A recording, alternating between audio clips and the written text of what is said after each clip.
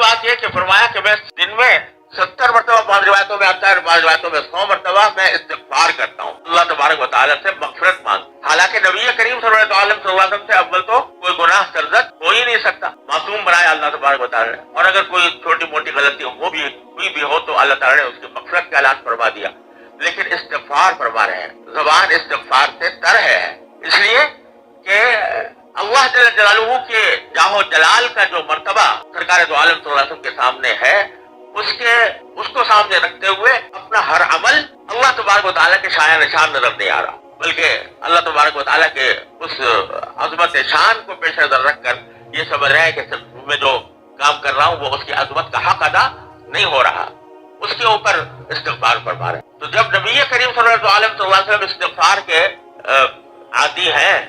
اور فرما رہے ہیں کہ میں 100 مرتبہ استغفار کرتا ہوں دن بھر میں،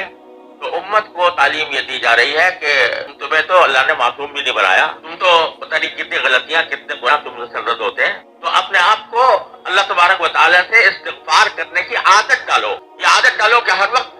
ہر تھوڑے تھوڑے وقفے سے اللہ تبارک و تعالیٰ کی بارگاہ میں مغفرت طلب کرو، یا اللہ میں آپ کا بندہ ہوں، میرے گناہوں کو معاف فرما دیجیے، یا اللہ میں آپ کا بندہ ہوں، میرے گناہوں کو معاف فرما دیجیے۔ یہ تمہارے دل میں ایک لگن ہونی چاہیے، تمہاری زبان استغفار سے تر ہونی چاہیے، چلتے پھرتے اٹھتے بیٹھتے بھی اللہ تبارک و تعالیٰ کے سامنے اپنے گناہوں کی معافی مانگتے رہو، استغفار کرتے رہو۔ یہ اللہ تبارک و تعالیٰ نے استغفار ایسی نعمت عطا فرمائی ہے، ایسی نعمت عطا فرمائی ہے کہ جس کا کسی کی کوئی قیمت نہیں ہوتا، کتنا ہی بڑا گناہ ہو، کتنا ہی بڑا گناہ انسان کر گزرا ہو، لیکن اگر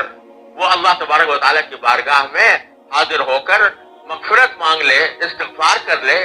تو اللہ تبارک و تعالیٰ اپنے فضل و کرم سے انہوں نے اعلان کر رکھا ہے کہ معاف ہے۔ 70 سال گناہوں میں گزارے، بڑے بڑے گناہوں میں گزارے، لیکن آخر میں جا کر اللہ تبارک و تعالیٰ کی بارگاہ میں اس نے اگر توبہ کر لی اور استغفار کر لیا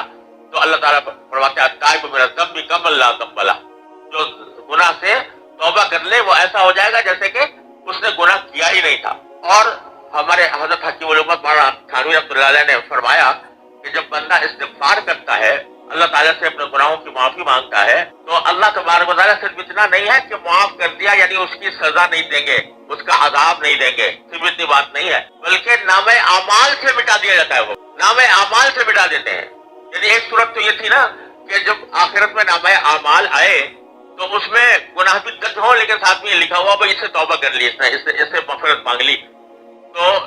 ڈیبٹ کریڈٹ کا طریقے سے اس کو بتایا جائے نام اعمال کے اندر۔ اللہ تبارک و تعالیٰ کی رحمت ایسی ہے کہ استغفار کرنے والے کے اس گناہ کا جو اس نے کیا تھا، جس سے استغفار کیا تھا، اس کا ذکر بھی نام اعمال میں نہیں آئے، ورنہ کم از کم اس کو دیکھ کے شرمندگی ہوتی وہاں جا کر آخرت میں کہ آخر میں نے کتنے کیسے گناہ کیے تھے۔ اللہ میں کہتا ہے چلو سب میں نے معاف کر دیے، تمہارے نام اعمال سے مٹا دی۔ آج کون انسان ایسا ہے کہ جس کو کوئی نہ کوئی پریشانی لاحق نہ ہو؟